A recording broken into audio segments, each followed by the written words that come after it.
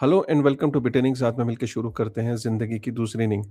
तो शुरुआत हम करते हैं क्रिप्टो की ताज़ा खबर की जियो पॉलिटिक्स से। तो जियो पॉलिटिक्स में आपने डोनाल्ड ट्रंप को ये देखा कि एक तरफ वो कहता है कि मैं, जैसे उसने कल ये बोला कि वो कल ही अटैक करने, मतलब आज अटैक करने वाला था ईरान पे।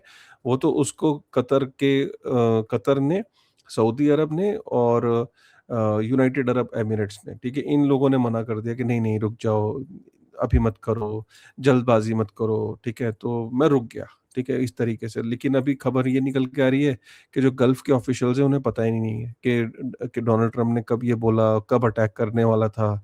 तो सो बेसिकली क्या है कि डोनाल्ड ट्रम्प की जो यही एक लाइन में यही समरी है कि उसको खुद नहीं पता कि वो क्या कर रहा है। वो मतलब उसका 1 हफ्ता फिर 1 महीने में कन्वर्ट हो जाता है और मैं आज कर रहा हूँ अटैक, मैं कल कर रहा हूँ अटैक। उसको भी पता है कि वो ये वॉर हार चुका है। जस्ट दैट कि वो ये प्रूव नहीं करना चाहता दुनिया को, क्योंकि अगर यहाँ से ये प्रूव हो गया कि अमेरिका ये हार गया जंग, तो उसके बाद फिर यूएस डॉलर का जो हम सब ने देखा है जो डोमिनेंस है, वो हमेशा-हमेशा के लिए खत्म हो जाएगा, ठीक है? और अमेरिका ना एक और डेंजरस प्लान कर रहा है, वो ये कर रहा है कि एसईसी ने एक इंटेंट ज़ाहिर करी है। इंटेंट क्या है, मतलब एक प्लान ही रेडी कर लिया जिसमें क्रिप्ट जो आपका जो टोकेनाइज़्ड स्टॉक्स है ना, उनको क्रिप्टो की तरह डिसेंट्रलाइज़्ड एक्सचेंजेस पे लोग अब एसईसी के स्टैम्प के बाद, अभी भी ऐसा नहीं है, टोकेनाइज़्ड स्टॉक्स तो अभी भी मिल जाते हैं आपको।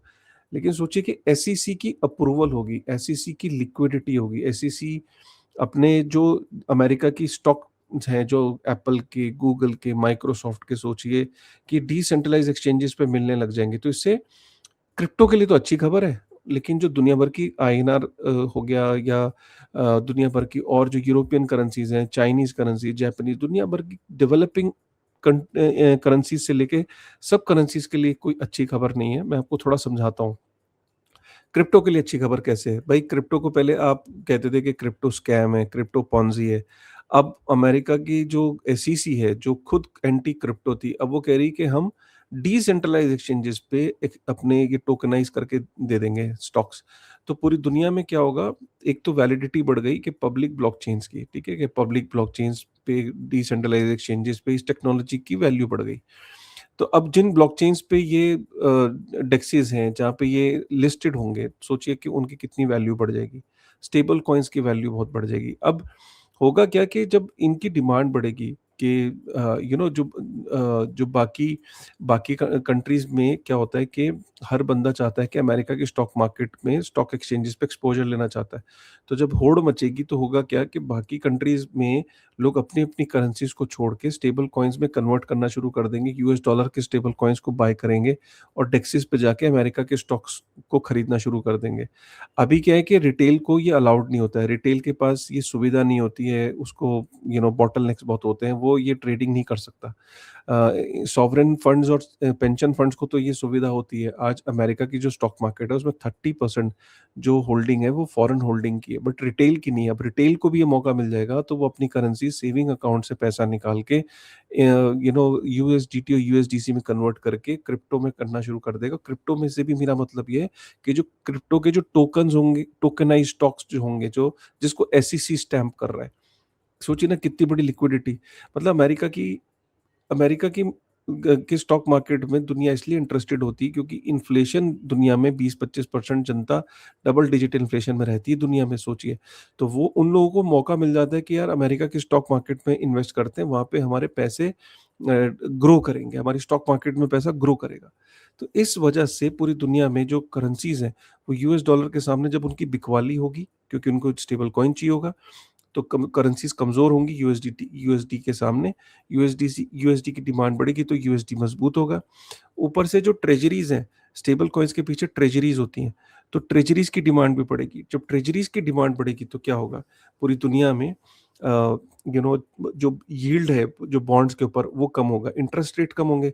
बॉन्ड्स के ऊपर जब इंटरेस्ट रेट कम होंगे तो पूरी दुनिया में ये देखेगी पूरी दुनिया कि अमेरिका को सस्ते में डेट मिलेगा। जब सस्ते में डेट मिलेगा तो वो अपने डेट को, जो महँगा डेट है, उसको सस्ते वाले डेट से रिप्लेस कर देगा और डेट रिफ़ाइनेंसिंग उसके लिए आसान हो जाएगी और अमेरिका को एक लाइसेंस मिल जाएगा डेट को और प्रिंट करने का और डेट को इश्यू करने का। क्योंकि दुनिया भर में यूएस ट्रेज़री की डिमांड बढ़ जाएगी, क्योंकि स्टॉक मार्केट्स में लोग पैसा लगाना चाहते हैं। सर ये डेंजरस प्लान है, मतलब बेसिकली मैं आपको ये समझाना चाह रहा हूँ कि क्रिप्टो के लिए तो बहुत अच्छी खबर है। जिन ब्लॉकचेन्स पे की डिमांड बढ़ेगी, डेक्सिस की डिमांड बढ़ेगी, जिन डेक्सिस पे ये लिस्टिंग होगी, दुनिया भर के लोग डेक्सिस पे आना शुरू होंगे, पब्लिक ब्लॉकचेन्स पे आना शुरू होंगे, उनके टोकन्स की वैल्यू बढ़ जाएगी। लेकिन ओवरऑल दुनिया भर की जो करेंसीज के लिए अच्छी खबर नहीं है। और एसईसी ऑल ये लिटरली, मतलब ब्लूमबर्ग की खबर है कि it is literally they are about to do it any time soon, ठीक है। सो ये है। और मैं, मतलब लिटरली आपको बताऊं कि इसके बारे में सिर्फ मैं ही नहीं कह रहा हूँ। अभी रिसेंटली सीजी ने भी ये बात बोली, तो उसको आप सुनिए जरा वो क्या बोल रहा है। You may think stablecoin is like just a simple stablecoin, but that's actually financial access for a lot of people in different parts of the world. Guys who live in America, who live in the US, right? Well, it's US dollar, everyone have access to it. But that's not true. Many people in the world don't have access to the US dollar. And also the real world asset aspect of it. Many people do not have access to a good stock market, to a good equity market. And equity investments have in over the last few decades have proven to be a very good financial returns. And many people don't have access to that. So again, I think with the RWAs, tokenized stocks, tokenized equities, then we can provide access to much more people in the world. ठीक है, आपने CG को सुना, वो भी इसको लेके कह रहा है कि दुनिया भर के जो लोग हैं उनको एक्सेस मिलेगा। ठीक है, जिन लोगों को एक्सेस नहीं मिलता था यूएस स्टॉक मार्केट का, उनको भी मिलेगा। ठीक है। सो अगर हम इसको देखें, जो अगली खबर पे जाएं, ठीक है, अगली खबर पे अगर हम जाएँ तो ये इंडिया से आ रही है। यहाँ पे जो लोकसभा की जो स्टैंडिंग कमेटी है फाइनेंस की, किसी भी क्रिप्टो का बिल एक ना एक दिन तो आना है ना, तो क्रिप्टो का बिल एक ना एक दिन आना है, तो ये फाइनेंस स्टैंडिंग कमेटी है फाइनेंस में की, उसमें लोकसभा के मेंबर्स होते हैं, ये ऑलरेडी बनी हुई थी। इन्होंने 3 एक्सचेंजेस को बुलाया है, उसमें बाइनेंस को, ज़ेपे को और वज़ीरएक्स को। पता नहीं वज़ीरएक्स को क्यों बुलाया है, फॉर व्हाट रीज़न? कॉइनडीसीएक्स को नहीं बुलाया, व्हिच इज़ वेरी सरप्राइजिंग। 20 तारीख को बुलाया है डिस्कस करने के लिए। तो ये इसमें मेंबर ऑफ पार्लियामेंट्स होंगे, क्वेश्चंस पूछेंगे। अच्छा साइन है, कल को हो सकता है कि रेगुलेशन आ जाए, ये उसी की एक उसी का एक प्रक्रिया का एक पार्ट है, ठीक है? उस प्रोसेस का पार्ट है।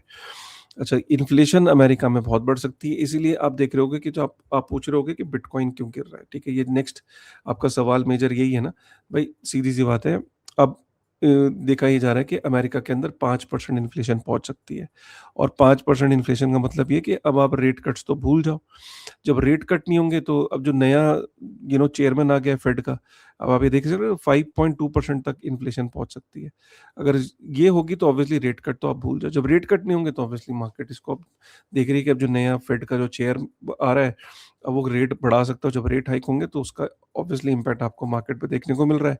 ऊपर से जो सबसे बड़ी चीज़ है, जो जापान के अंदर क्या है कि यूएस ट्रेजरी बेच रहे हैं वो। मतलब सोचिए कि पहले क्वार्टर में 2026 का जैन फ़ेब मार्च में 29 बिलियन यूएस डॉलर की यूएस ट्रेजरी डंप कर चुके हैं, ठीक है? तो Japan is the biggest holder of US treasury. Japan के पास 1.24 ट्रिलियन यूएस डॉलर की ट्रेजरी है, और यूके के बाद चाइना। तो आप सोचिए कि अगर ये यूएस ट्रेजरीज़ को डंप क्यों कर रहे हैं? क्योंकि भाई जो येन कैरी ट्रेड था, वो मैं पहले भी अपने वीडियोज़ में समझा चुका हूँ कि पहले जापान के अंदर लिटरली जो इंटरेस्ट रेट्स थे वो ज़ीरो थे। तो लोग यहाँ ज़ीरो रेट ऑफ इंटरेस्ट पे या नेगेटिव रेट ऑफ इंटरेस्ट पे पैसे लेते थे और अमेरिका की मार्केट में डालते थे। ठीक है? से येन कैरी ट्रेड करते थे, बड़ा प्रॉफिटेबल ट्रेड होता था। आपने 0% पे सोचिए ना, जापान में पैसा बोरो किया और अमेरिका की स्टॉक मार्केट में लगा दिया। अब वहाँ पे भी क्या हुआ कि बॉन्ड मार्केट देखो ज़रा, ये ज़रा लाइन देख रहे हो आप?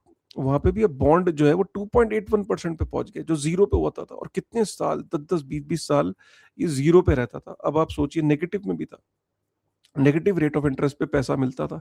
मतलब, और तो लोग उसको यूएस की स्टॉक मार्केट में डालते थे, यूएस की बॉन्ड मार्केट में डालते थे। तभी जापान सबसे बड़ा होल्डर है इसका अमेरिका का। अब हुआ क्या कि जब ये येन कैरी ट्रेड रिवर्स होने लगा है, वहाँ पे बॉन्ड के जो प्राइसेज़ है जापान में बढ़ने लगे हैं, तो वहाँ की जनता इंस्टीट्यूशन कह रहा है कि हम क्यों रिस्क लें, अब तो इतना डिफरेंस भी नहीं बचा है। तो अमेरिका की स्टॉक मार्केट से वहाँ से पैसा निकाल के जापान की बॉन्ड मार्केट में पैसा जा रहा है। और अब आप ये देख सकते हो कि यहाँ पे जब रेट ऑफ इंटरेस्ट ऑलरेडी वहाँ पे इतना ज़्यादा मिलने लग गया है, तो ऑब्वियसली जो पैसा रिवर्स डायरेक्शन में जाना शुरू कर गया, जो इतने सालों तक अमेरिका के अंदर जाता था। इसलिए अमेरिकन स्टॉक मार्केट जो है वो गिर, इसलिए आप देख रहे हो कि जब वहाँ की जो बॉन्ड जब जब ये इंटरेस्ट रेट्स हाई होते हैं ना, तो इसका मतलब ये होता है कि बॉन्ड्स में सेलिंग है। तो अमेरिका की बॉन्ड मार्केट में मेजर सेलिंग है, तभी आप इंटरेस्ट रेट को देख रहे हो, 5.122% इंटरेस्ट रेट पहुँच गया है। और इसी के कारण जो है आप देख रहे हो कि रिवर्स माइग्रेशन शुरू हो गया है। जो पहले येन से पैसा अमेरिका के स्टॉक मार्केट्स में जाता था, बॉन्ड्स में जाता था, अब वहाँ पे अमेरिका से पैसा निकल के वापस जो है वो जापान की तरफ चल पड़ा है, ठीक है। अच्छा, जापान में ये बॉन्ड प्राइसेस वगैरह क्यों बढ़ रहे हैं? क्योंकि जापान में भी इन्फ्लेशन का डर है और इस इन्फ्लेशन से बचने के लिए वहाँ पे इंटरेस्ट रेट्स को जो है हाइक किया जा रहा है, ठीक है। और आप ये देख ही सकते हो कि अमेरिका में जो स्टॉक मार्केट्स ये जो डेट है वो 40 ट्रिलियन यूएस डॉलर पे पहुंच गए। बॉन्ड प्राइसेस जो होती है ना, क्लियर रिफ्लेक्शन होती है। ये 5.122% का मतलब सिंपल पता है क्या है? कि ये कोई कह रहा है कि भाई मैं अमेरिका को 30 साल के लिए पैसा तब दूंगा जब मेरे को रेट ऑफ इंटरेस्ट हाई मिलेगा। अब रेट ऑफ इंटरेस्ट मीन्स कि अमेरिका की इकोनॉमी में भी विश्वास खत्म हो रहा है। उसमें बिकॉज समवेयर विश्वास इसलिए खत्म हो रहा है, उसकी वजह ये 40 ट्रिलियन यूएस डॉलर के आसपास जो है वो डेट पहुंच चुका है, ठीक है। तो ये कुछ रीजंस हैं गाइस। तो ओवरऑल कहने का ऑब्जेक्टिव ये है कि ये वॉर की वजह से जो इम्प्लीकेशन है सिर्फ किसी एक देश पे नहीं है, सभी पे है। लेकिन ऑब्वियसली इंडिया पे इसका बहुत इम्पैक्ट है। आईएनआर आप देख ही रहो कि कितना कमज़ोर हो गया यूएस डॉलर के सामने। उसकी सीधी सी वजह है जो कैपिटल अकाउंट्स और करंट अकाउंट में अगर आप देखो तो करंट अकाउंट में का जो डेफिसिट है, करंट अकाउंट होता है जैसे हम कुछ इंपोर्ट करते हैं, कुछ एक्सपोर्ट करते हैं, तो हम नेट इंपोर्टर हैं, तो हमारा वो हमेशा नेगेटिव में रहता है।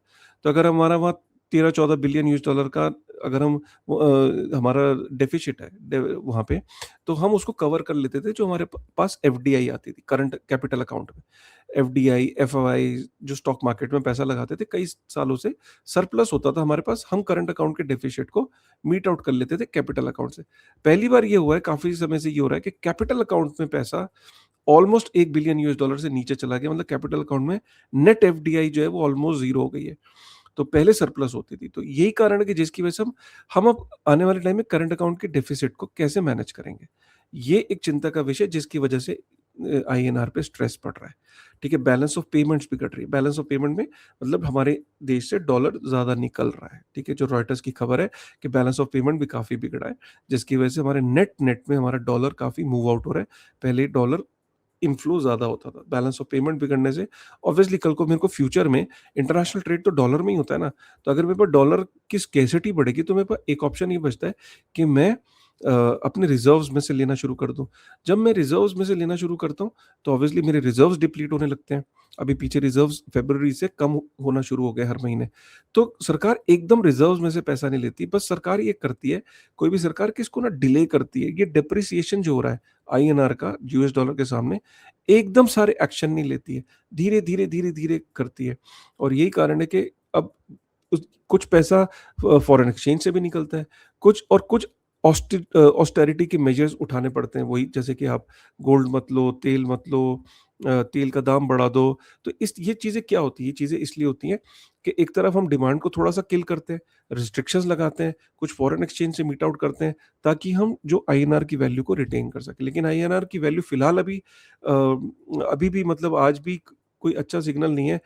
पॉइंट यहाँ पे ये है कि जो मैंने अभी पहले खबर सुनाई कि ये सिर्फ कोई इंडिया की बात नहीं है, और भी देशों में करेंसीज़ वीक हो रही हैं।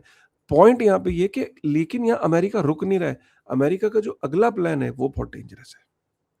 वो बहुत डेंजरस है कि वो जो अपनी मार्केट को पूरी की पूरी स्टॉक मार्केट को उठा के क्रिप्टो में डिसेंट्रलाइज एक्सचेंजेस पे लेके आ रहा है, ताकि अब पूरी दुनिया उसमें ट्रेड करना शुरू कर दे। ये है प्लान। तो इसकी वजह से जो है और डॉलर की डिमांड बढ़ने वाली है।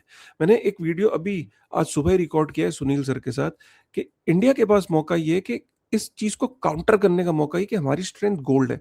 दुनिया में सबसे ज़्यादा गोल्ड हमारे लोगों के पास है, हमारे देश में जनता के पास है। कैसे हम गोल्ड बैक्ड स्टेबल कॉइन लेके आ सकते हैं जो कि जवाब बन सकता है US dollar backed stable coin का, और कैसे हमारा आईएनआर मजबूत होगा नेशनल इंटरेस्ट में, उससे इंपॉर्टेंट वीडियो अभी तक नहीं बना है, उसको ज़रूर सुनेगा सुनील सर के साथ, वो रिलीज़ होने वाला है, ठीक है?